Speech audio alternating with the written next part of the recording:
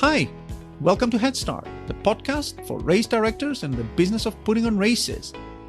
Does your race employ a race announcer? Chances are probably not. You may think that your race is not big enough to have one, or that the money spent on a race announcer could be better spent elsewhere, or not spent at all if you run a for-profit race or raising money for a charity or a cause close to your heart. Well, today we're going to try and give you some reasons to reconsider that with the help of my guests, professional announcers Fitz Koehler and Steve Fleck. We're going to be looking at the many things race announcers do on race day, how they contribute to the race experience, and how they can make your race an event to remember.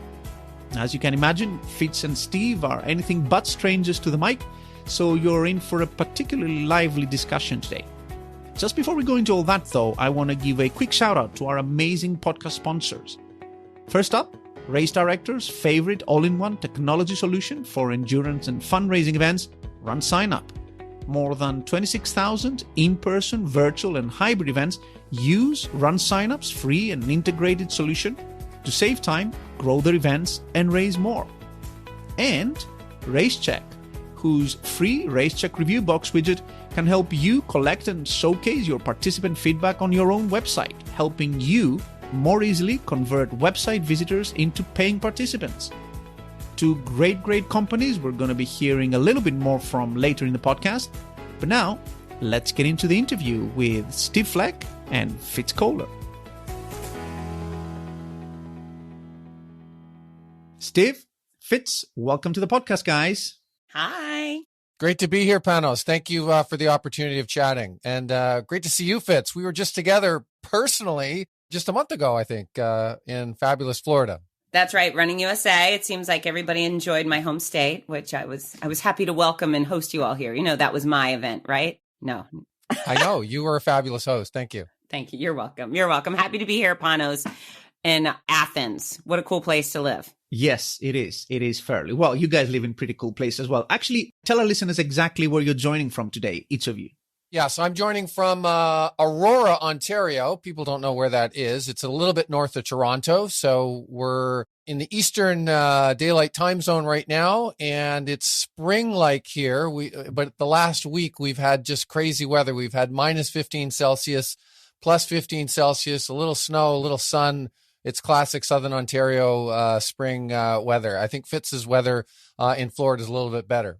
That's right. That's right. I'm in Gainesville, Florida, home of the Florida Gators, and it is warm and wonderful as per usual. I am in tank tops and flip-flops, and the sun is shining most days as requested. Awesome. I put in an order for it year-round, and that's usually what we get. That's great. I think people would have gathered already from the eloquence and ease that you guys speak, that you guys are professionals at this. So you are professional race announcers, among other things. And today we would love, myself and our listeners, you helping us out a little bit, understand what you guys do. I think lots of people don't quite know what race announcers do because most races still don't employ race announcers. Many people know very little about that. We're going to be getting into how you guys help make events awesome, and also some technical bits around, how you guys work with race directors on the ground on race day and all of that stuff. But before we get into all that, why don't you start us off with a little bit about yourselves, what you've done so far in the industry, some of the work you've done with races.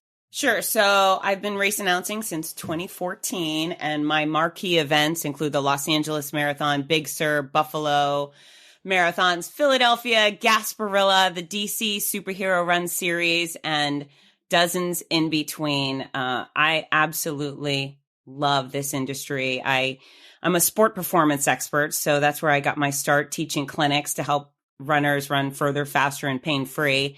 And I was plucked out of that existence to, hey, you're a lot of fun and you engage well with the audience. Can you come announce a race? And I did, and it worked well. And within an hour of yelling go, that race director said, hey, can you come back next year? And I said, absolutely. And there were a few other race directors at that event who said, hey, can you come do my event this year? So things have spiraled out of control in a wonderful way. But I own a large B4 school walking running program called the Morning Mile, which is the only program that invites every child every day and their families and the faculty. So I'm very proud of that. But yeah, I make happy noise and, I love it. I absolutely love it. It's not only a great career, but when I was feeling pretty sick with breast cancer a couple years ago, it was the thing that allowed me to be something other than just sick. So I'm very grateful to the running community. Absolutely. I mean, the way you dealt with that whole thing is a whole inspiration in its own right. And the mile with the kids I've been following, that's also a great, great project you have going on there. Steve, how about yourself? My background's a bit like Fitz. We both started our journey doing this around about the same time. I had been doing it as a hobby on the side prior to 2014, but it was 2014 when I sent out my first serious contract proposal to a triathlon race series here in Ontario, the Multisport Canada triathlon series. I reached out to the race director, the owner of the series, and he said, send a proposal. And I, crunched some numbers, put a few things together, sent him the proposal, and he said yes. So that was really the start of doing it at a more serious level. I was working in the online event registration business in the endurance sports community at the time. So that was helpful in that I had a good contact sort of database of a lot of the race directors in Canada and in the US at the time. That company was abruptly sold, and my job became dead-ended at that point in time. So I was abruptly let go with a bunch of other people. And so then I was out on my own, and I thought, I'll just turn the announcing into sort of a full-time gig. So I did. I had a bit of help. I had a business mentor of mine who helped me out on the side with a bit of money up front, which was super helpful when you're going out sort of on your own. Having been employed for my whole life, going to running your own business is a bit daunting. So I had a bit of help to get it going, but it actually started to really roll from there. Started in triathlon, branched out into running, cycling, and I also do a bit more sophisticated stuff as I've worked along and through this high-level commentary in track and field, track cycling, and running as well, working with streaming providers such as Runner Space, Flow Sports, Flow Bikes. In fact, this week I'm doing some commentary for Flow Bikes for one of the women's professional cycling races in Europe for the next 2 weeks. On Wednesday, I'm working for them. But yeah, this is all I do now, and just like Fitz, it's a nonstop hustle. It's a tremendous amount of fun. I love what I do, whether it's live stream commentary or being sort of live on the PA, sort of at an event. The work is really finding the work and sort of keeping engaged. It takes more hustle behind the scenes than people realize. I just absolutely love doing this, and being on a microphone at an event or calling a race live for one of my live streaming, clients doesn't feel like work. It's super passionate, and I enjoy it immensely. Yeah. And we'll get into some of that behind the scenes effort at the minute. Yeah. Lots of people don't quite appreciate how much goes into it. In terms of how the past couple of years have been for you guys with the pandemic and everything, I usually speak to vendors through the podcast and daily through business where, they've been telling me it's been rough, and you expect that of people selling T-shirts and medals and insurance and running races. How has it been for you guys on the race announcing front? So I can say it's a unique position to be where we are because, for example, the last mass gathering in the United States was the Los Angeles Marathon. It was weird that we were feeling like grateful to squeak by in the land of the free. Whoever thought in the land of the free they would shut down healthy activities and sporting events, etc. But where many races had to shut down their 1, 2, 3 events, I lost one, and then I lost 2, and within about 10 days, I lost 45 events. It was like being hit with a machine gun, and it was very disappointing, not only because of the income loss, but it's the thing that makes me so happy. Besides my kids, my heart is so filled up by the running community. It was really gut-wrenching to be apart for so long and very frustrating. My experience, Panos, was similar to Fitz's. In March of 2020, the first week of March, I worked the Chile Half Marathon. It's one of the first sort of larger events that takes place in Southern Ontario each spring. So that was the first week of March, about 4,000 runners. And then the next week was when the WTO announced it's a global pandemic and everything just started to shut down. And just as Fitz had said, I lost in the next couple of weeks, like it started to look really bad.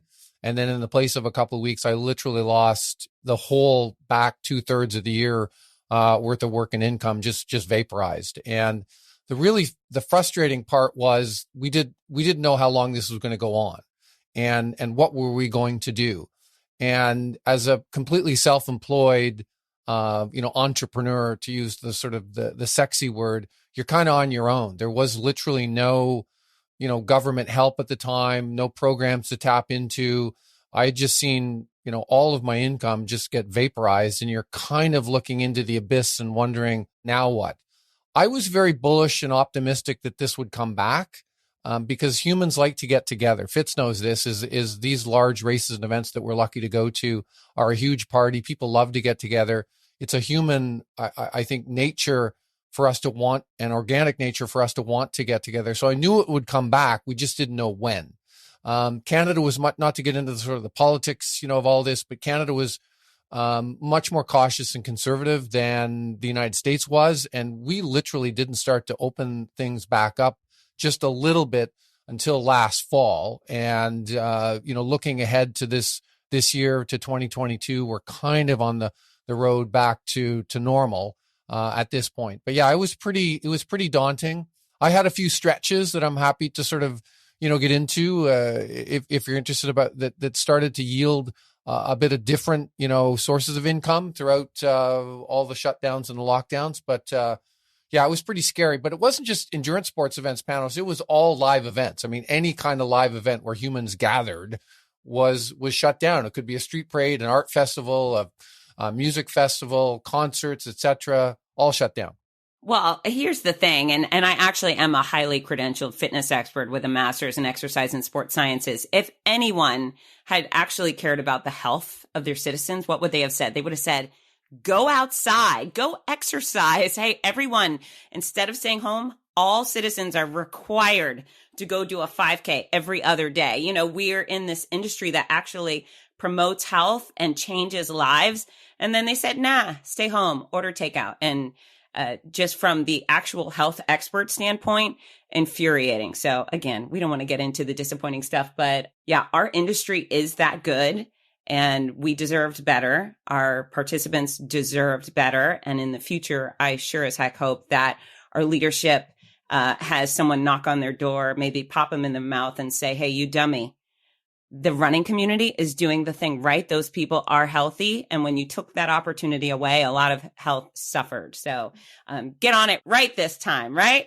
Just extending, Panos, what Fitz had said there. And I'm not a scientist, but I've listened carefully to what the expert researchers and scientists have said about this. Is outdoors was always, way safer. The transmission rates outdoors were extremely low. And I can put some hard numbers to that. So Chris Robb at Mass Participation World, who I think well out of Singapore. Chris has been gathering all of these numbers in the comeback, and we've had races and events going on for about a year and a half now. We've had over 9.5 million registered participants in running, cycling, and triathlon races and events around the world, 36 countries, 5 continents, and we've had 5 cases of COVID transmissed at events. So that just sort of proves to you that outdoors is safe. So, to Fitz's point, I was going, like, why are you shutting down stuff that's like completely safe? But we're kind of past all that now, and hopefully we're back on the road to normal. Yes. I mean, let's hope all of that is behind us. Out of interest, did you happen to pivot to doing virtual races? Is that even a thing, announcing for virtual races during the pandemic? So I had a few races reach out and ask me to basically yell go virtually online, and I did a bit of that. I also do a bunch of keynote speeches. So my corporate business really took off. And of course I had to force that. I reached out and was like, hey, just so you know, I'm available and I'm a heck of a lot of fun, even on the computer. And so, work went that way. And, it's interesting. I'm in Florida, which really has taken this freedom thing to the top. We're so grateful to be in the Sunshine State for many reasons. But 99% of the races I announce, my core group, are outside of Florida. So Big Sur Marathon, one of the most epic, beautiful, luxurious races on planet Earth in the most liberal city in the entire country, I believe, they shut down for 2 solid years immediately. So I was aggressive reaching out to Florida race directors and saying, hey, just so you know, I'm here and I've got some free dates. So what do you think? And I actually was able to pick up a few races because I reached out. Usually the offers just come in, so I don't have to make any sort of aggressive moves, but I did, and it worked out. So onward. Indeed.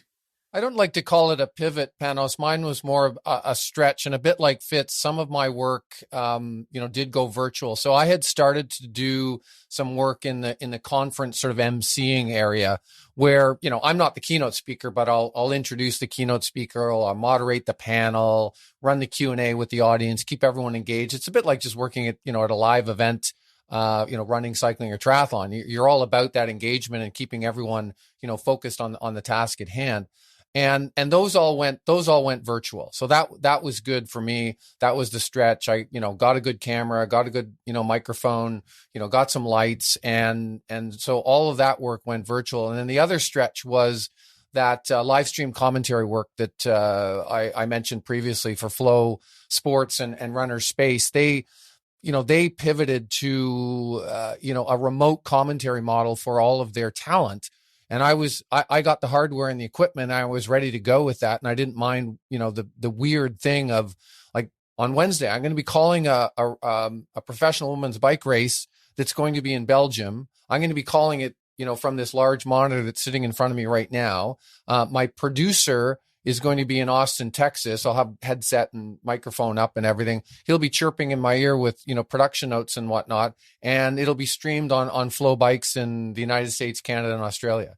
So I was ready, to pick up, that kind of work. So that was my stretch. My challenge now, coming into 2022 is I've got all this live stuff booked, for live commentary. And then my live events, my sort of outdoor, running, cycling, and triathlon events, are now coming back on. And I'm kind of at the stage, well, which one do I do? I don't mean to brag or anything, and it's a good problem to have, but on some weekends I've got triple options in terms of work this year. That's a great problem to have. And I have to say, Steve, that I love your Canadian is showing. Every time you say out and about, it's perfect. Just keep saying outdoors and about. I can't mimic it properly, but it's fantastic. Thank you. Well, it's great that we have all of that stuff behind us and everyone's getting a lot busier, particularly you two going forwards.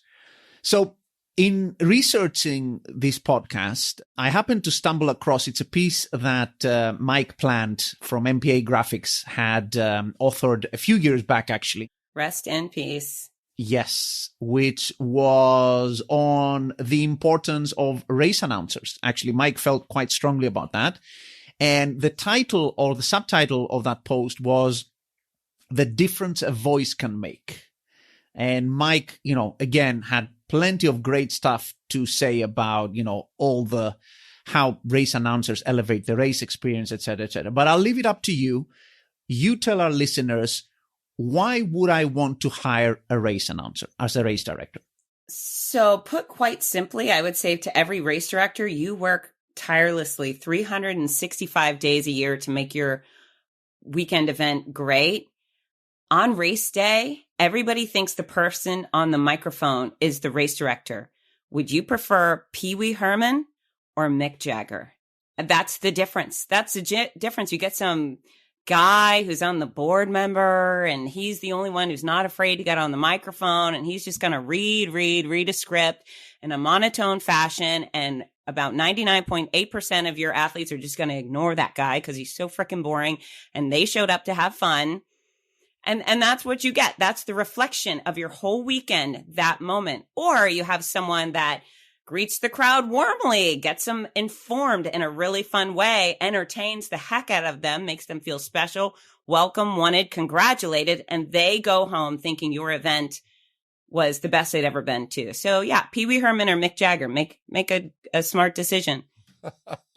That's awesome, Fitz. I love that. Just extending on what Fitz had said there, Panos. First of all, Mike Plant, rest in peace, as you had said, Fitz. Mike was a good friend of mine. He was a true pioneer on the microphone. He was the first person, I think, to really take this, seriously many, many years ago. I'm talking back in the 1980s is when sort of Mike first started to, talk on the microphone at the Ironman races and a few races around Southern California. He was the first one to really professionalize it.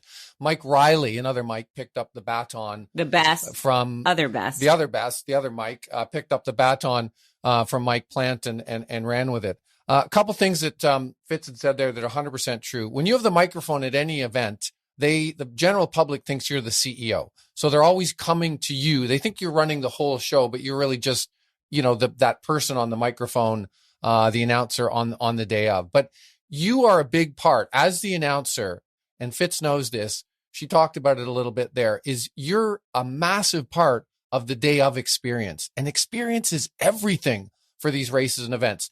A lot of race directors think it's about the cones and the arrows and the porta potties and the permits and the police, and all that stuff is vitally important. But once you get to day of, it's about the experience. And we are there on the microphone to make that experience as high as possible, as impactful as possible, and so that everyone walks away feeling really, really good about what they've done. And to Fitz's point, I know you're really big on this, Fitz, they're coming back next year. And they're coming back next year as a sponsor. They're coming back next year as a participant. And here's the other thing. Something I like to do is I like to engage politicians. And I get people, I say, hey, write the local councilwoman, councilman, the mayor, whatever, and thank them for these road closures, because without the permits, this race or event doesn't happen. And I got a thank you letter a couple of years ago from a race director. He said, Steve, I'd never heard anyone do that before, but thank you. You secured our permits for next year. So great. So it's just the little things like that that announcers do, good announcers can do, and elevate the event significantly. Yeah. And the other thing is you get, let's say we're going to a Beyonce concert. You got the beautiful arena and the seats are there and everything. And Beyonce, with her big, beautiful voice, she just sits in a chair somewhere at the back of the stage and sings her song. Meh. That's total meh. Who cares? We can listen to that on the radio.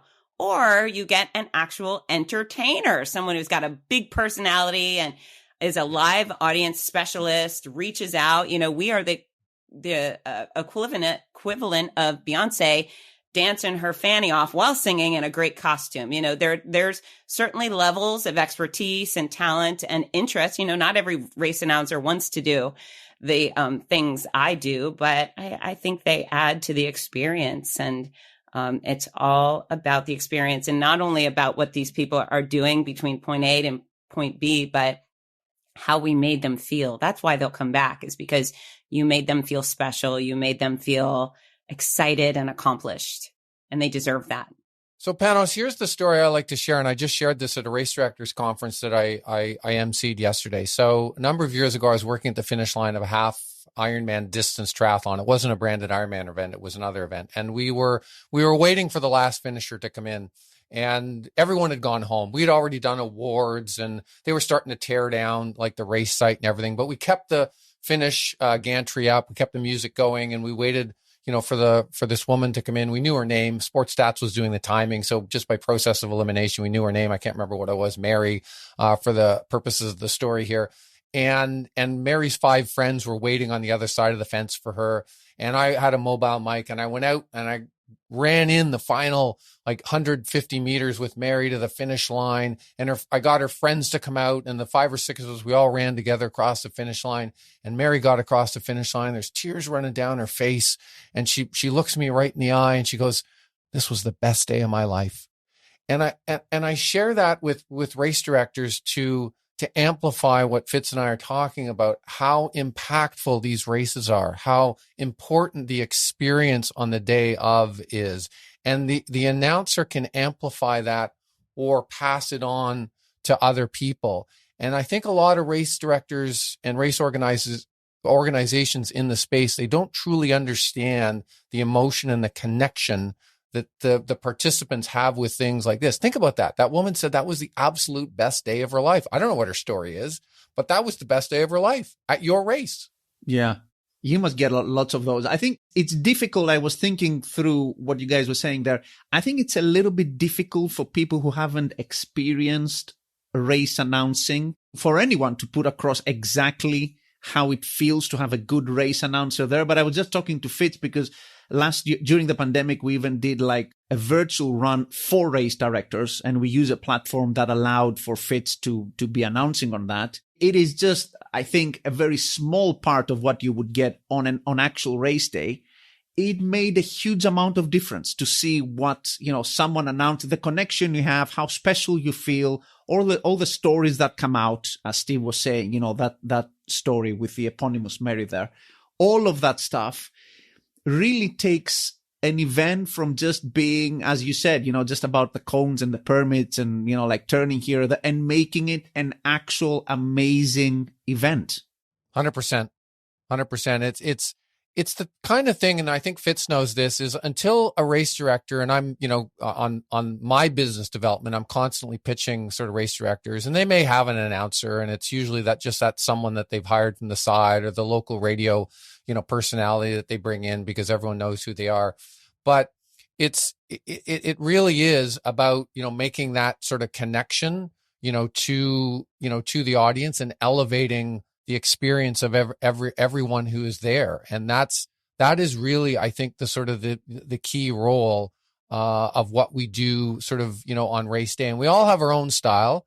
Listeners can tell, right now that there's probably a bit of a difference between, Fitz and myself and our style. And even if Fitz and I were working together, and I've worked with some great announcers. I've learned, from working with them.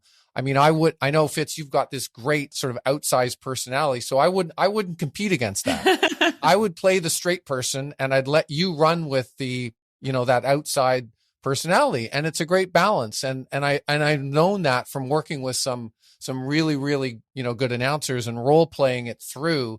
And so that everyone gets the best experience on the day of. Yeah. It's good that you say that. So I work quite regularly with Rudy Novotny, one of the greatest voices in announcing ever, and charisma and personality. He's got all the elements. He's my favorite race announcer, and he is so much fun.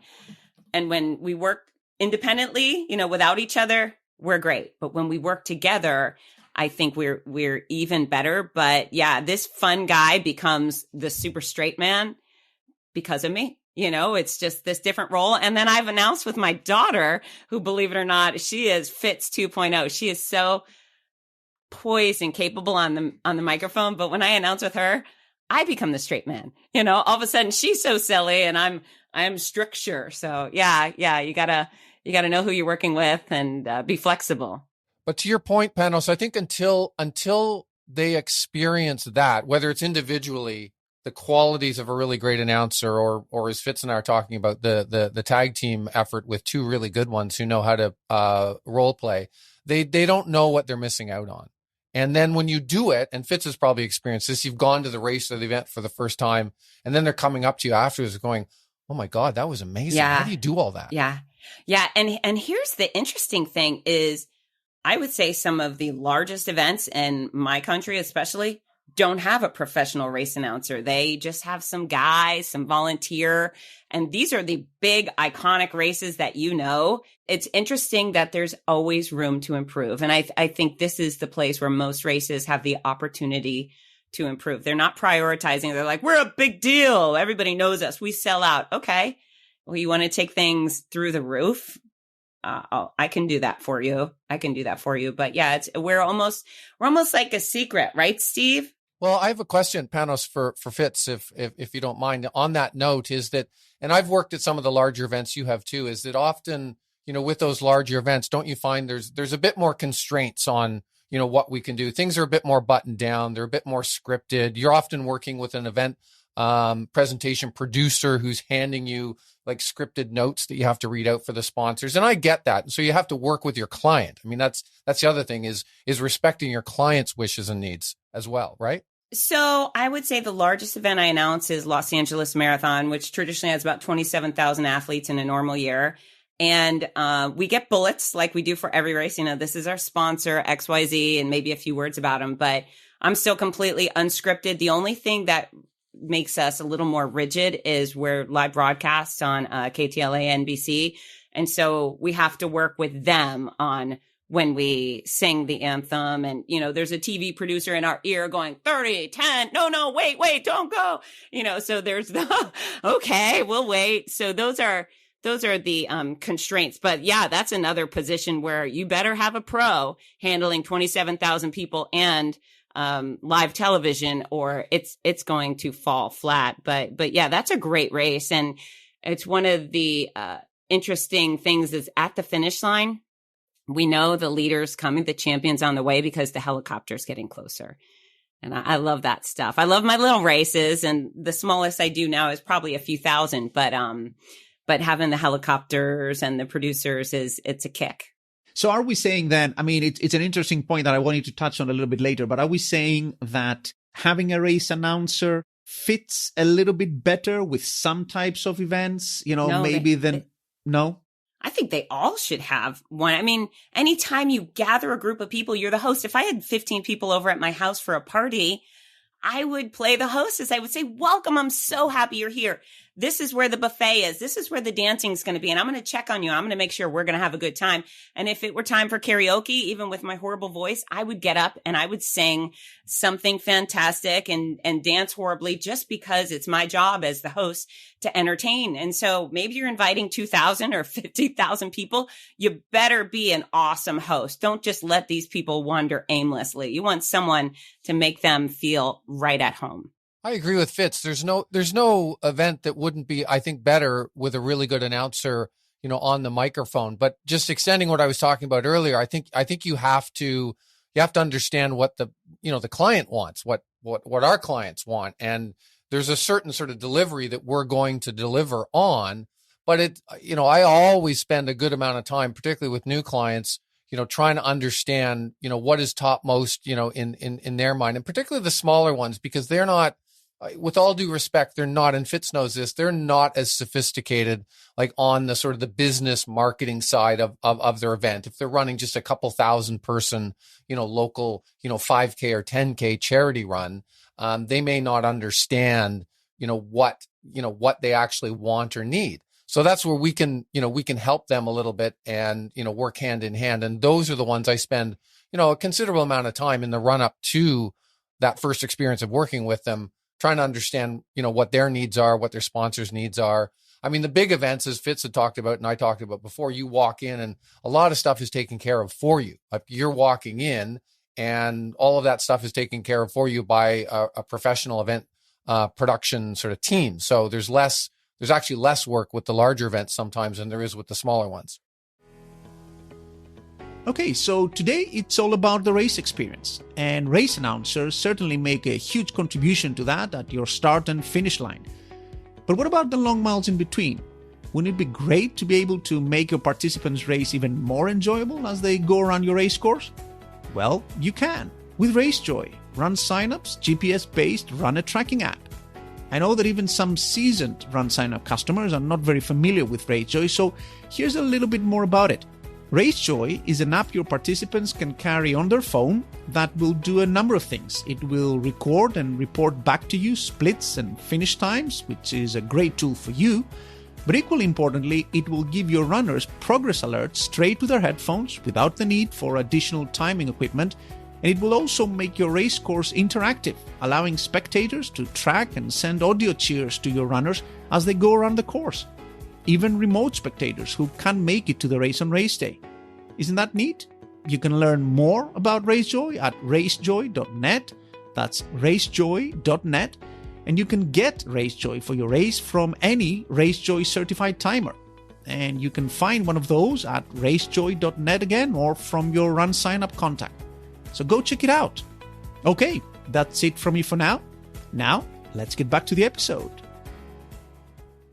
Let's paint a picture for folks who are not particularly familiar with you and the voice on race day.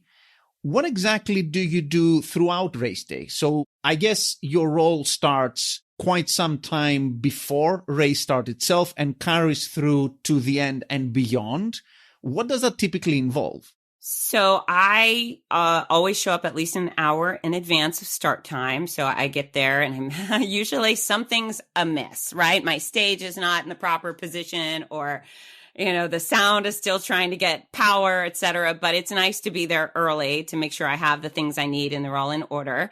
And at that point, I start playing music. I have a professionally mixed playlist, which has about 15 hours of incredible race music blended in for all ages and genres and generations to keep things upbeat and fun. Because the music, even as a fitness professional, music's always been my right-hand man. And if I play the right music, even before I tell people to move, they want to. And at that point, I start greeting people, welcoming them, telling them where the porta potties are and the this and the that, and going through the bullets, recognizing the sponsors, and then engaging the people and talking to them about, who's here from out of town, who's running their very first, who's trying to PR today, who's super happy to be running with their family or without their family, just making it a good time. So you would go down into the corrals and mingle with people and sort of like do like an interview style thing? Yes, I do roam around. I always request a very powerful microphone that allows me to roam. However, I think it's a real pro tip never to let the regular public on the microphone. They have no ability to project their voice. Nobody can hear them. It really just becomes a flat on your face experience. So if I talk to someone, I get their answers and then I relay that to the crowd, because it's almost like Charlie Brown with a wah, wah, wah, wah. Nobody can hear that guy in the corner who's stretching out. Good pro tip, Fitz. Yeah, I've experienced that as well. As people in the crowd, they don't know how to project their voice properly. Yeah. And my day of Panos is pretty much similar to what Fitz said there. But I Fitz probably does this as well. As I back it up, before the race, and if there's social media involvement and help that I can lend to sort of building up, hype about the race, through my social channels. I mean, I have a moderate sort of following on social media. I'm not some massive influencer, but any little bit of help can help, particularly for smaller sort of races and events. They might find it a revelation that, they're getting this assistance from, the race director. And then, again, just as Fitz had said, it's showing up.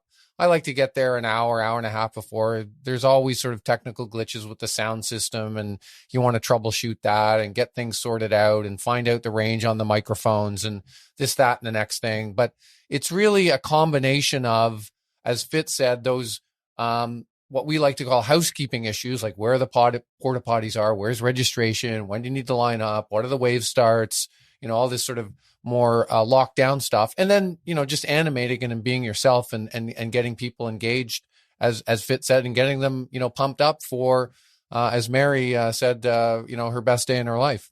And during, say, a 4, 5, 6 hour marathon, what do you guys do for like 6 hours? After we all go, head over to the finish line, and depending on the race, with a 5K, sometimes I'm running to the finish line because it's 14 minutes for the champion to go 3.1 miles, and then I got to get there. It might only be 200 yards away from me, but it feels like a sprint. But then not only welcoming athletes as they come through, and technology allows us to welcome most athletes by name, but I really prioritize. There are often hundreds or thousands of spectators that are stuck with me for hours. Really think about Susie having her best day, her 6-hour day. Well, it could be her husband's worst day if he's there for 6 hours at a finish line and the race announcer stinks. So my job is to keep everybody engaged and everybody entertained, and talk to people and explain things if they're new to the game, and get them as I play games with the spectators and keep them involved, and just make sure everybody has fun. Every race, Panos, is a little bit different. No two races are the same. Some of the large Grand Fondos that I'll work, these are 100 mile, 100K events where you'll send them off and literally they disappear and you won't see anyone for 3 or 4 hours. And there is some legitimate downtime. Then after that, I go and get breakfast or hang out with the event crew. But there's no point in wearing out your voice when you don't really need to. So that's the other thing. And Fitz knows this. You need to be very careful of pacing your voice. And I learned this tip, early on, is that you can't be at a 9 or a 10 at 9 o'clock in the morning, because your voice will be done by 3 and 4 in the afternoon. And that's when you really want to be at your best. Like when those Marys of the world are coming into the finish line, that's when you want to be at your best. So if you're at a 9 or a 10 on the drama and volume index at 8 or 9 o'clock in the morning, then you're going to have trouble sort of getting through the day. So every racer is a little bit different. There's sometimes in a marathon, as Fitz said, there's a 5K going on concurrently. So you might not even have any downtime. You're literally going from the start line to the finish line. And then you're there, literally all day, often until that very last finisher comes in. Even in a marathon or a half marathon, I mean, good grief, I started off doing Ironman races. That doesn't end until midnight, on the day of. That's insanity. So here's another thing is, again, we're going to go pro tip. You don't need to drone on and on the microphone. The races have their own special sound of their own. Let it breathe. You don't have to keep talking nonstop. It's interesting. I worked with two gentlemen at a big race one time, and I'm actually very particular who I work with right now. It's not fun if I'm super big fun and someone's super low key, where we collide, and I've learned the hard way. But these two guys, as decent human beings as they were, there was no dead space. They just droned and droned and droned nonstop for hours. And it was all these statistics and stuff that is no fun. Nobody wanted to hear it. It's just painful. So sometimes you just got to shut up. I shut up sometimes. I'm like, okay, I'm going to go for 45 seconds, not say anything, and let people just enjoy the sound of this race. It's got its own special sound. 100%. Yeah, it's a tough balancing act. I remember sometimes, this may not be a perfect example, seeing as we're talking about sports, but sometimes when I sit down and watch on election night, and I'm thinking, what are those guys going to be doing for the next, 8 hours until the first polls come out or something? And you see them, they go back, they, do a little bit of the past, then they bring some guests and stuff like that. So I guess you need to mix it up a little bit, because I've run the Athens Marathon a few times that finishes on this really amazing classical marble amphitheater. And whenever I go in, I see all those people at the stands waiting for their family and friends and stuff. And you'd think, my God, it must be total pain sitting there at the finish line waiting for someone for 3 hours. Or it could be really exciting and fun. It could be the greatest time that spectators ever have if they bring an announcer that's enjoyable. So what kind of games do you play with them, just out of interest? So, let's say, just role play a little bit. We're at that finish line and there's thousands of people waiting for the loved one to come through. What do you do? Well, sometimes I practice cheers with them. So I'll be like, okay, we're going to practice. Everybody give me a hooray. 1, 2, 3. And everybody gives a hooray. And then I change it to a Yahoo and a yippee-ki-yay. And they just do a repeat after me type thing. But it's a fun way to get them involved. Mine is often geography. I'll ask them, where they're from. Working bigger events, you get a lot of international flavor. Where is their loved one or their person from, and they're waiting for them. I tend to do more of this, towards the back end of the field, because you have a bit more spare time.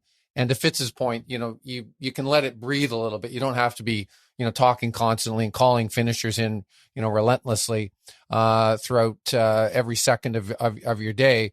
So you might wander down, walk along the fence, and Fitz is 100% right. I rarely let people sort of talk on the microphone. I'll do the one-way sort of phone conversation, with them, and amplify that to the crowd. But I like geography, because that gets people talking about, where they're from and what they're doing and who they're waiting for. And I'll remember that it's Janet that we're waiting for. And then when Janet comes in, I might see them over there across the fence, and I'll say, hey, here's Janet. She's coming in. Get ready. So it's just little, and you just you work with what you have. Fitz knows this, there is no real script at this point. You're just kind of surfing on what's happening in front of you.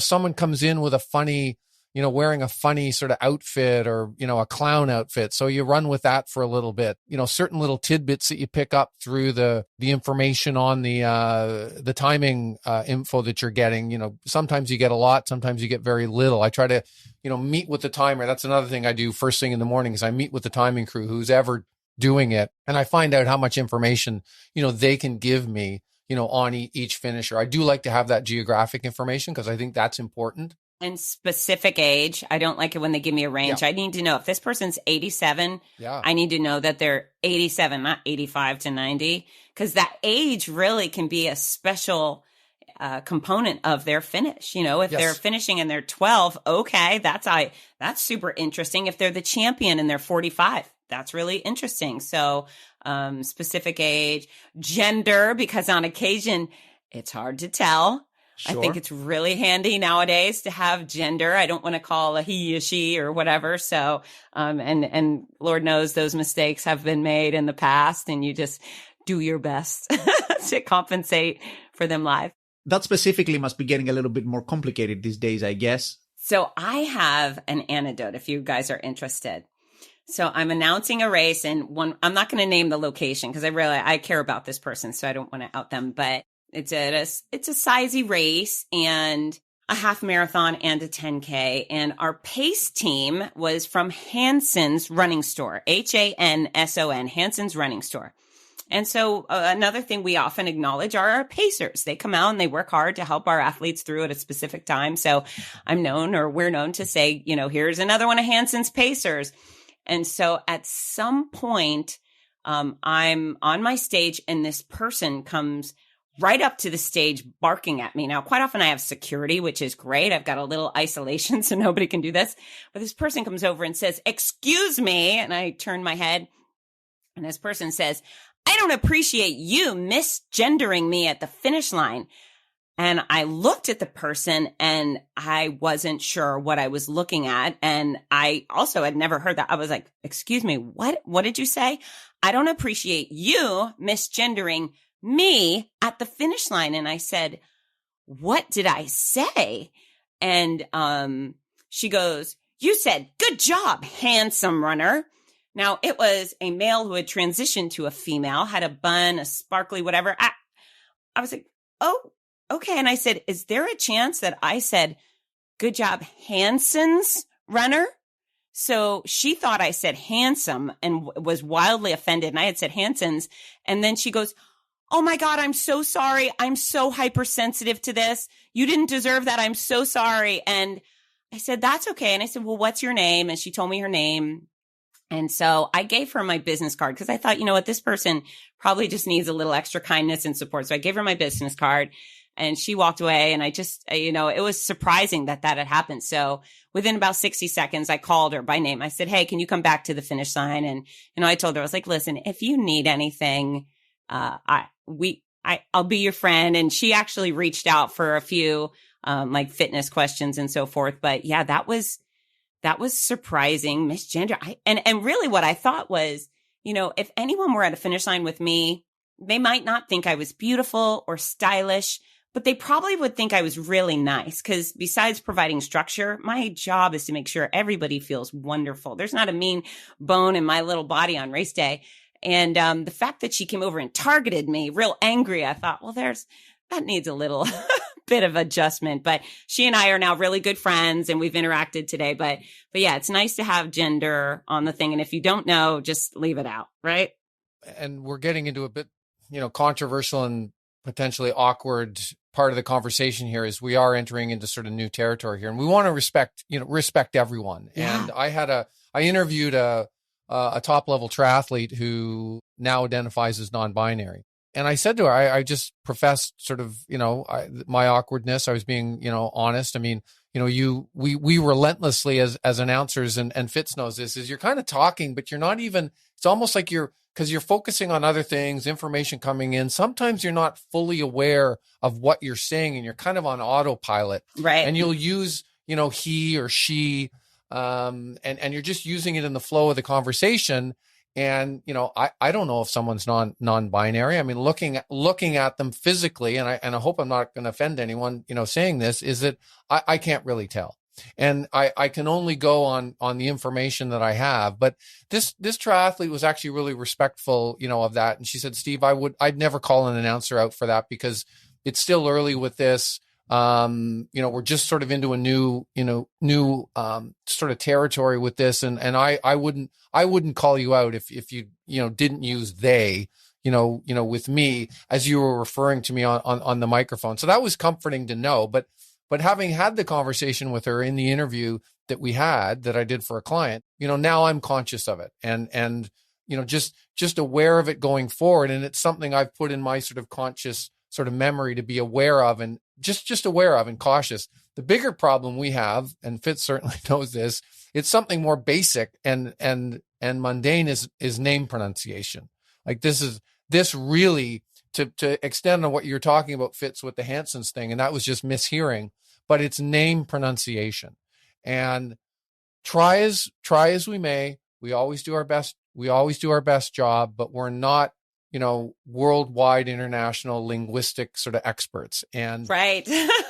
and you try to have a go at it, but and some of the more diverse, ethnic, wonderful, immigrants coming from various countries around the world, some of their names can be quite hard to pronounce. And sometimes we'll get it phonetically right, but we won't have the emphasis on the wrong. We'll have the emphasis on the wrong syllable. And that, as you know, Panos, can change everything in terms of the sound, the sound of the name. But we're honestly trying to understand it. And sometimes, if someone will come by and I'll say their name out. And if I've made eye contact with them, I said, look, I'm sorry. I know I completely butchered your name. Come over and tell me if we're getting towards the end of the race and it's kind of slower. I said, come over and please tell me how I'm supposed to say that, because I want to learn. One of the greatest moments on any race day is when someone looks at me with a complicated name after they say it and they go, oh, you got it right. And I think, score, like 20 points for me. And then I really, really feel so confident and cocky with Indian names. I've just been nailing them left and right, and there's no reason for it. But I love getting the names with 8 different consonants in a row, and the Scandinavian names and Russian names I'm really excited about. So some of them are really, really hard, and it's all very regional. So in California, per se, we'll get Latinos, Russians, and Asians. Lots of that. In Buffalo, New York, lots of Polish names, which are pretty easy in general. Polish, Indian, and it's fun. It's funny. I try hard. And like you, sometimes I just say, oops, I'm sorry. You broke my mouth. I apologize. Yeah. And actually for both of those examples you were mentioning there, with the additional complexities that come with, announcing genders and names these days, it doesn't take a lot for someone to imagine how difficult this job can get, even on very simple things like that, right? Not putting your foot in it on such very basic things. And I think the caveat is how tricky it can be when done well. When done well, if you're just going to be the guy who sits under the tent and says, hey, bib number 1456, good job. Bib 2345, good job. And there's a lot of quote unquote announcers doing that. Not hard at all. But if you're one that's committed to each runner and their personal triumph and the spectators and their organization and all of these other things, there's a lot of, we keep a lot of balls in the air. And I also pride myself as being kind of head of security. So I'm very, very rigid on runner safety. We do not want bib bandits coming through. We do not want spectators coming through our finish line. Our finish lines are secure area. If you grab your baby over the barricade and then you run with the baby and then you fall with the baby, guess who's paying for the baby's injuries? The race. Guess if you and your kid trip another runner, guess who's paying for the injuries? The race. There's a lot of things that can go wrong. And then I also think, as far as our athletes that have worked so hard to train, prepare, go the distance, when their finish line photo comes in and it's you and your grandpa in his sandals and his backpack looking all sloppy and you're trying to have your athletic moment, I think it's painfully disrespectful and not acceptable. So I keep my eyes out of those things. If anybody comes down a finish line chute on wheels of any sort, I physically stop them. If we don't have security, I've manhandled many people and I do not feel bad about it. I will do anything to protect our runners from hazards. Ironman opened up and went down a bit of a crazy road a number of years ago. And this is back in I think in the early sort of 2000s, is they were some announcers who were working for Ironman, who shall remain nameless, were actually encouraging, family, finishes to come in down the final chute together. And it got to the point where it was insane. I happened to be at an event and I was working as a runner, for Mike Riley at the time. And it was ridiculous. You couldn't tell who was finishing and who wasn't. I mean, the finish chute was so full, like with other family members and dogs and, people in wheelchairs and this. I mean, it was fun, but it was kind of getting out of control. And then Ironman had to come in and play the heavy. and they got really like beat up badly, like on social media for doing that. And Fitz said it. You said it really well there. I mean, there's no liability insurance for those extra people in the chute, and if someone gets hurt, it's the race that's going to pay the biggest price. And maybe not Ironman, but a smaller race.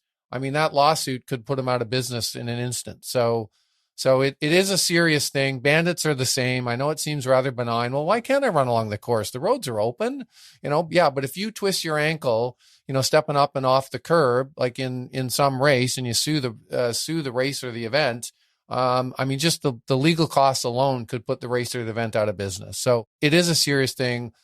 No race director is going to condone banditing or doing those things that Fitz had mentioned. Yeah. And I think if it's a marathon, for example, it's impossible to protect every inch of the course. Mile 17, you might get some strangers walking across the street or whatever, but the finish line chute specifically should be secured, should be protected. I encourage all of our race professionals to make sure there are either paid security or volunteers, big, intimidating volunteers down at the end of the finish line chute. So if somebody tries to get through, you just say, no, you have to exit here. You cannot come through the finish line chute. And then the little noisy blonde announcer, doesn't have to publicly say, put your child back over the barricade. He or she is not welcome here. And, that might be the couple of people in the race day that don't like me. And I'm okay with that because it's an important thing to protect. In fact, Frankie Ruiz and Miami Marathon, man, that guy is a rock star. I do not announce Miami. I would love to, specifically because Frankie and a few big dudes are about, 150 yards from the finish line. And they are grabbing bandits left and right. They do it on Facebook Live every year. Yeah, I've seen the videos. It's pretty cool. And it's incredible to see all these people who just think it's okay to steal. They're stealing resources. They're stealing medical resources. They are actually quite harmful to the organization, and Frankie doesn't tolerate it. So high five to that guy. And I encourage everybody to be like Frankie and protect your finish line chute. He does a great job. Yeah, it's pretty cool seeing how Frankie sort of confronts bandits at the finish line. It's pretty awesome. Yeah, he's awesome. And this is for big races and for small races. It all counts. And if you'd like to be a big race one day, you have to take some of these measures early on to protect your business and your athletes. Make sure everyone has a wonderful experience. Okay, so you may still be on the fence about the value of race announcers and the value of investing in your race experience more generally. You may still have doubts about how this translates to your event's bottom line. Well, here's how. Participant goes to your event, has an awesome time, comes away with that after-race buzz, and they go leave an awesome review for your race on racecheck.com, the world's largest aggregator of race reviews. What happens next? That glowing review immediately shows up on your site through RaceCheck's free review box widget to the next visitor looking to enter your race. The result? Well, that next visitor seeing that review has a 20% higher chance of signing up. Now, take all those visitors to your race website and think what converting 2 more out of 10 of them can do for your bottom line. There you go. All you need is 1, putting on an awesome race, which you'll definitely do, and 2, showing how awesome that race is to people who haven't experienced it yet through RaceCheck's free review box widget. So go download your RaceCheck review box widget today for free at organizers.racecheck.com. That's organizers with an S.racecheck.com, and make your hard work putting on amazing events translate into more registrations for your next event. Go do that. Okay, now let's get back to the episode. You mentioned earlier the issue with getting to know how to pronounce names. And I think at some point there was this came up in our race directors group on Facebook. And some people said that they actually took notes, basically exactly phonetically how to call a name. Is that something you do? I will with 10,000 runners, you couldn't possibly, right? But I'll use LA Marathon again as an example. There's a very high percentage chance that our champions are going to be African, and their names are quite tricky. So for our elite runner wrangler, I always ask, and it's televised too. The whole thing really they need to have their name pronounced properly. So I always ask for the phonetic spelling of our elites at LA. I just announced the public Savannah Women's Half Marathon yesterday or the day before. I did not ask for anyone's phonetic spelling. So it really just depends on where you are and what the situation is. I do for the more sort of professional live stream commentary work that I do, Pano. So for example, on Wednesday, you doing this women's professional, it's the Gilles de Pries race from Belgium. It's a midweek sort of tier 2 race for women and men. It's not a world tour event, but many of the top world tour teams will be cycling. I will spend considerable time trying to figure out the pronunciations for the various, Belgian towns that they'll be passing through, the riders' names, the team names, etc. And Google is great for that. I mean, they actually have pronunciation tools on embedded in Google or other apps, online that are very, very helpful, because at that level, it's a little bit different. The listeners can be quite cruel, actually, and you kind of have to turn them off and just ignore the hate. But I do spend the time to try and get the sort of the trickier ones right and do my best. As I said, I'm not a linguistic world expert. I'm not Belgium. I'm not Flemish. I'm not French. I'm not, I'm not Dutch. I'm a white Canadian guy from Canada. So I do my best and I try my best. I have a little bit of French.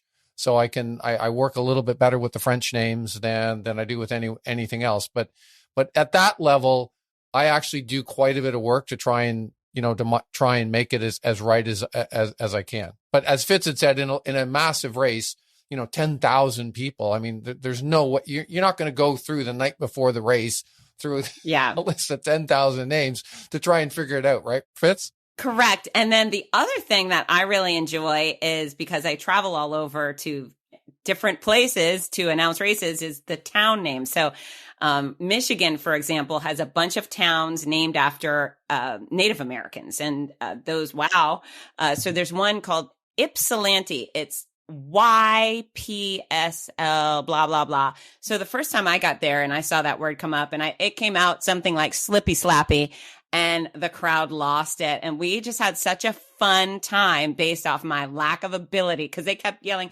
Ypsilanti, and I was like, Ipsy fancy, what? So all day I purposely announced Ypsilanti as wrong as humanly possible, and it became one of the highlights of that race weekend. So, this is the difference between live audience professionals and the TV guy. And I think there's a few errors with a race director hiring the wrong announcer. Number one, I think they should be an athlete. I think they should be an endurance athlete.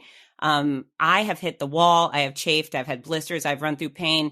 And if you've never participated in the running or an endurance industry, it's really hard to connect, and it's hard to understand, and it's really hard to give the actual respect due to every person from the beginning to the end. Those back of the packers, man, they're working harder than the lead athlete is, and the champions will acknowledge that. So I think you should be a participant in the sport. And then the other thing is, quite often they'll be like, well, we got this disc jockey from the radio station. He's got a big voice and he'll talk like this. And then there's the weatherman, but they're not live audience professionals. What happens when your race is delayed for XYZ reason? I was announcing Coast Guard Marathon probably a month ago. We had a 30-minute delay for the 5K. 30 minutes. I literally had people jumping up. We were raring to go. I was about 20 seconds from yelling, runner, set, go. And the ops person was like, wait, not yet. Wait, 30 seconds. And so now I think I'm stalling for 30 seconds, 60 seconds. And then they said someone broke through the barriers on the course and is driving on the course. It took them 30 minutes to clear the course. So I ended up hosting a talk show. There was a captain with a Coast Guard next to me, and we talked about everything people did not want to know, but the athletes thought it was part of the show. It wasn't until the end where someone in the back said, I think she's stalling. Well, hell yeah, I was stalling. Why would I be talking about, all of this nonsense if it weren't? But people had a really fun time because, Steve and I and Rudy, we can handle that unexpected delay because we are live audience professionals and we're not afraid of the audience and we know how to engage them. If you bring in the weatherman or the guy who sits in a radio booth, you may have radio silence for 30 minutes. So I think should be an athlete. It doesn't have to be a good one, but someone who gets it. And then a live audience professional is the other must have. Yeah. Nothing feels truer actually than this comment about having to have a runner. Very few people who don't run, as you say, would understand, would pick on all of those little things, like would see someone, like half limping through the finish line and have something to say about that, or all of those back of the pack people that only people who run, who go through that kind of thing, and who, to be honest, most of us, I include myself definitely, that are kind of like mid-pack runners at best these days. You understand this kind of dynamics, and like the weatherman or whomever just wouldn't get it. No. And then the other thing, I was working with a non-running announcer a while back, and he didn't know that our champions were declared off a gun time. So he started to make the statement that, well, we may not know who really won until their final results. I was like, no, it's gun time, and I had to cheerfully and respectfully inform him publicly to let everybody know. But yeah, there's some actual rules to our sports besides just point A to point B. And I think it's compassion, empathy, respect goes a long way if you have gone the distance and you've been there. That's where I'm grateful for my background as a triathlete, because I started off as a runner, then to triathlon, then back to running. Now I just cycle sort of at a moderate sort of above recreational level. So I mean, I was really grateful when I got into this, because I have a deep understanding of most of the endurance sports, so I can speak of what it's like to be a runner, a triathlete, a swimmer, a cyclist, striving for their best absolute performance, or just out there to have a good time. So I think it's really important. And what Fitz said is 100% right. If you've walked the walk or run the run or bike the bike, you have a much better understanding of what's going through the mind, of the participant and the athlete out on the course. Yeah, absolutely. Going back to the story you were saying earlier, Steve, about Mary, all of that emotion, like last person to finish the course. Do you guys find yourself taking notes on some of those really exceptional story like a race may have? Let's say there's a cancer patient who goes through the line, or someone running their 50th marathon or something. Do you have little notes next to the names on your list?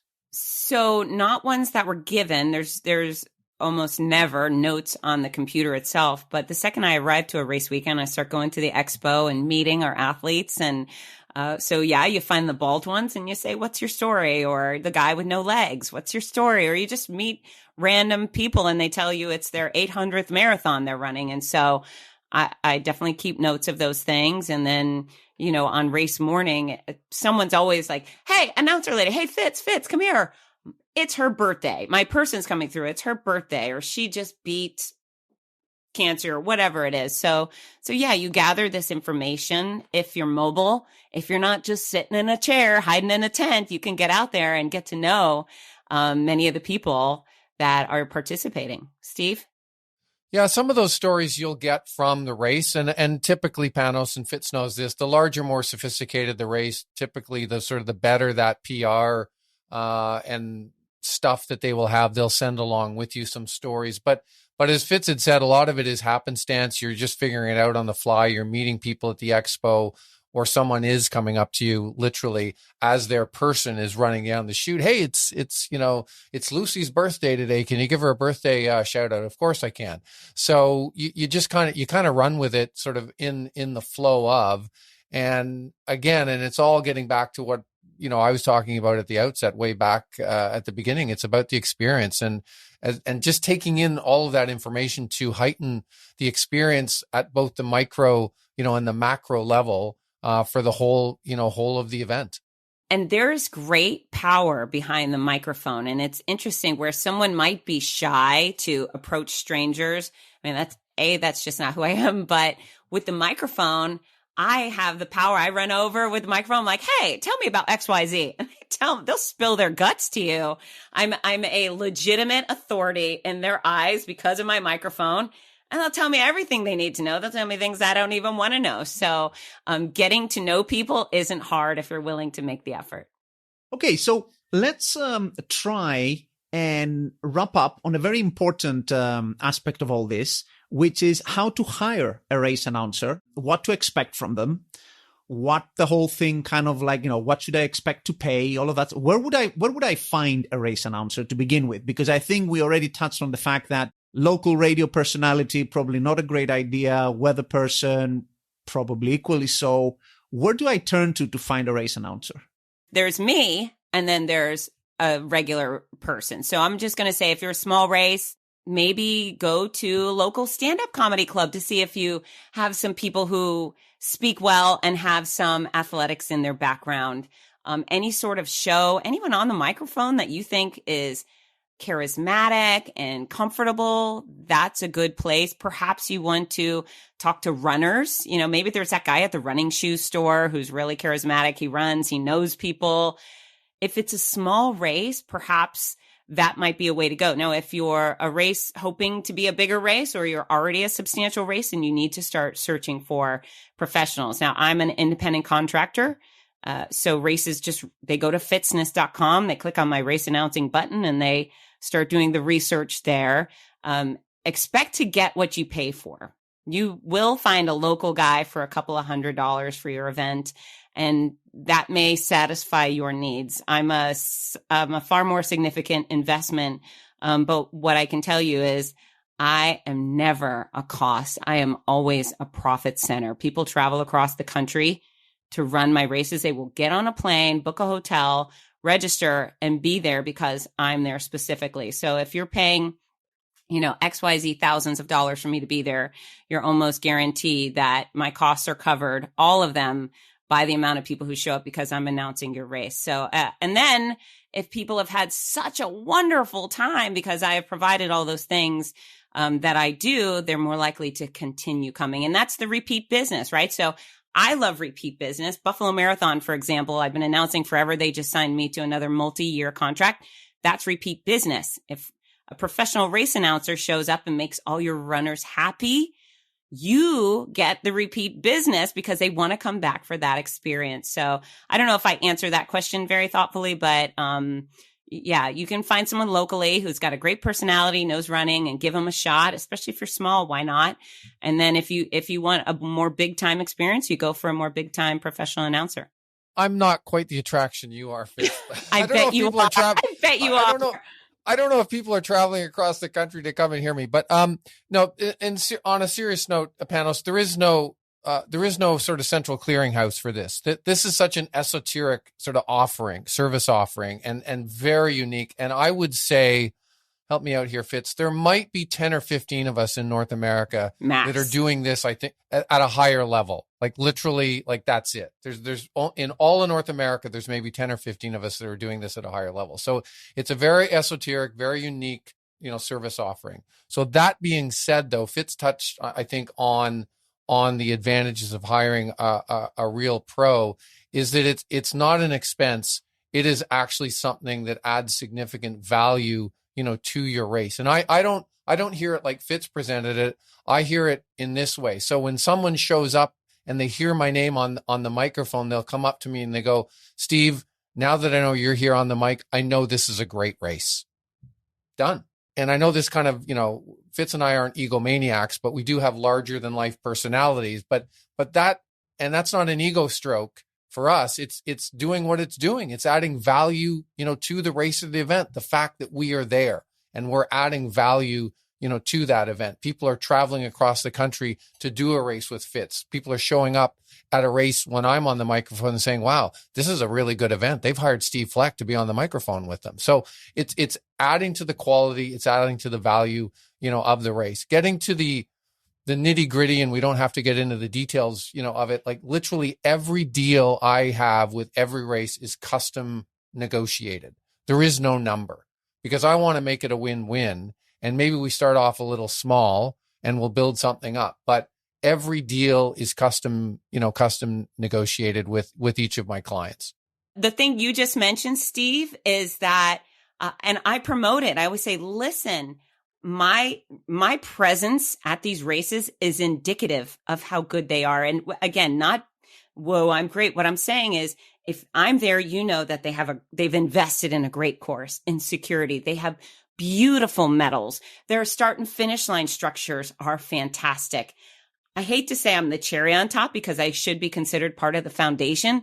But if they're investing in me, you know damn well they have beautiful swag and all of the other elements are covered. I'm never showing up in the races half-assed, right? Or a person like me, I should say, is symbolic of the quality invested in everything else. Well, Fitz, going beyond that, I mean, they take the whole experience thing really seriously, which is what we started talking about at the outset. That's where we add huge value. That's where we amplify. That's where we give connection to participants, sponsors, other stakeholders, politicians as I had mentioned earlier. And I think that and those races take this seriously and are willing to invest in that. Yeah. And if you're a race director listening and thinking, oh, I'd really love to have a professional, but I don't know if I can afford it. Okay, reach out, ask the question. You may find out that we are more affordable or more worth it than you thought. You may find out that there's other perks that come with hiring a professional announcer with a solid following and all of the other things. I mean, the marketing value itself is tremendous. But yeah, just reach out and ask. And that's part of, maybe you used to have those little medals that you just put a sticker on that said first place and whatever. And then you upgraded to maybe a bigger medal. And then eventually your medal has some glitter on it. And then it has a moving object on your medal. That's Steve and I. We're the big fancy medals with all the glitter and the moving parts. And, we're the exciting version of this profession. Not to give away business secrets, but I often turn it around and I say, I'm reasonably well known on the brand side of things because I used to work in that business. So I'll say to a race or event, so go and talk to this brand or this, that, and the next thing, and ask them if they want me to come and announce at the race, and they might kick in, my fee to have me there because their brand message gets that much more amplified at the race or the event, and the brand gets more connection. This is shifted over to an activation piece, not just announcing and telling people where the porta potties are and names shouted out at the finish line. This is now part of that brand's activation on site, which is huge. Yeah, that's a great point. I didn't even think of that. I've been hired by a few companies to announce for some pretty solid events, and it's nice for the event not to have to pay for an announcer. The brand is. So great point, Steve. Great point.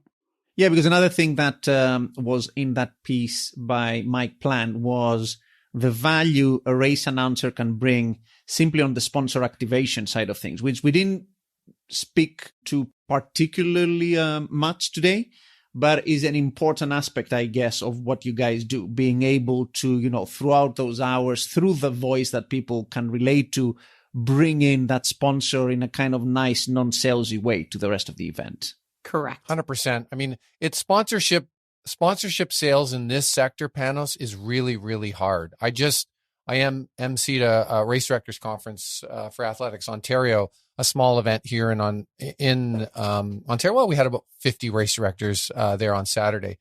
And there was a whole section on sponsorship sales. And it is really, really tough because these races and events, even though they don't think about it, they're competing with large professional sports. So they're competing with the NBA, NHL, NFL, Major League Baseball. I mean, everyone's all competing for, meager sponsorship dollars out there. So anything you can bring that can help amplify or activate, on that and bring value to the sponsor, as the announcer. And we know how to do that. We know how to voice their messaging. We know how to get it out there. We know how to make it fun. We know how to make it emotional. I mean, you don't have to be a marketing expert to know that when people are more emotionally connected to an event and they see a brand, they're more likely to buy, from that brand or invest in that product line. So there's so much that we're really getting, into the weeds here of, again, the value that a really good announcer can bring to an event. Yeah, absolutely. Let me shoot a couple of quick fire questions here. When I hire someone like a race announcer, do I expect of them to bring like audio equipment? And I know you guys are sort of operating at a different league, but like normally would they bring the audio equipment? Will they bring playlists? What else apart from their voice would they be expected to contribute? They provide the sound. I provide the big mouth, and I also come with music. Not every race announcer does, but I come with extraordinary music. Same for me. I don't have my own sound system. 100% of the races or events that I show up for, they have a sound system. If that comes up in discussions, I just suggest you're going to have to go rent equipment, and I'll give them a suggestion of what they'll need, for that. And then music is optional, just like Fitz. I've got a playlist in Apple Music that I bring that's sort of customized, different moods, different vibes, different feels, and I play that. If they have something they want to play, or they've got a sound person who has a special interest in the music, I might let them do it. If it's not going well, I might sort of then lean in and say, hey, I've got a playlist here that might be a little bit better. Those are the basics. So Fitz and I are pretty mobile. We show up with a tablet in our backpack and a few other things, and we're ready to go. And in terms of the thing we were discussing earlier about the one announcer versus the pair of announcers, I mean, generally, I think, for some races, even the one announcer may be a bit of a consideration, I guess, in terms of cost. But what's your personal thoughts on one versus two? Well, I can say that some races require it because of their different start and finish time at different locations. But I would always rather work alone unless I'm working with someone fabulous who meets my energy level. It's just, I think there's got to be chemistry. And I represent a brand, right? My brand is high energy, big fun. And if you put me with a dud, I might bring things up really high and then the dud will let things down. And it's painful for me. It's no fun for the runners. And don't pair me with your old retiring board member who's going to fall asleep on the job. But if you've got two that are sharing chemistry and they see eye to eye, then that could be a lot of fun too, with banter, et cetera, et cetera. Steve, what do you think? 90% of my work tends to be done solo of the live announcing. There's maybe 2 or 3 events in a year where I'm paired up with someone else. And I agree with Fitz, having good rapport, like with that other announcer is really key, and melding your styles together to give the great and best value, for the race or the event is important.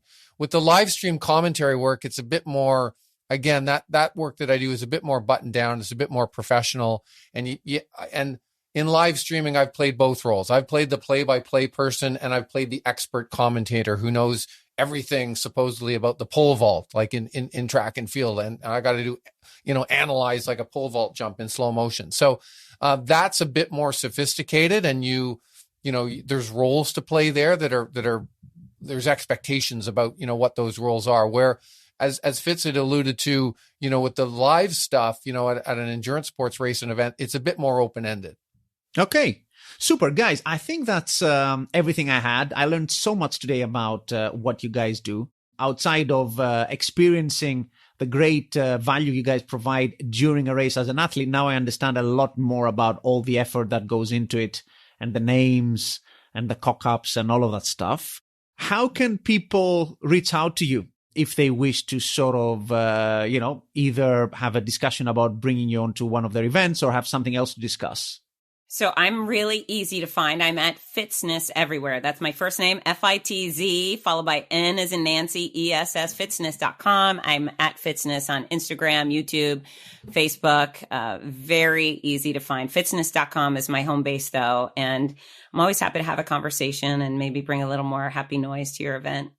Happy noise. Love that phrase of yours, Fitz. I'm probably easiest to find from a business perspective on LinkedIn, Panos. So people can find me there if they're hunting around on LinkedIn. I post frequently about the endurance sports race and events business side of things. So lots of great content that I post up regularly about that stuff I'm doing, stuff other people are doing, tips and things that, race directors, other people in the business would find helpful. Twitter on social media is probably the place where I'm most active. And I got in early on Twitter and I got my own name. So it's at Steve Fleck is the place where you can find me there. Excellent. Okay, guys, thank you very much for your time today. It's been a pleasure having two professionals there with your own mics and stuff. It was really professional today. Thank you, Panos. Thanks, Fitz. Great to see you. Thanks, Panos. Thanks, Steve. Thank you very much to everyone listening in, and we'll see you all on our next podcast.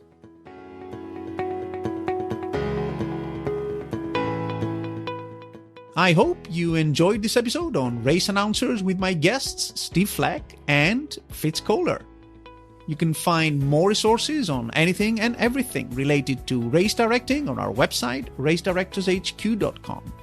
You can also share your questions about race announcers, race day experience, or anything else in our Facebook group, Race Directors Hub. Many thanks again to our awesome podcast sponsors, Run Sign Up and RaceCheck, for sponsoring today's episode. And if you enjoyed this episode, please don't forget to subscribe on your favorite player and check out our podcast back catalog for more great content like this. Until our next episode, take care and keep putting on amazing races.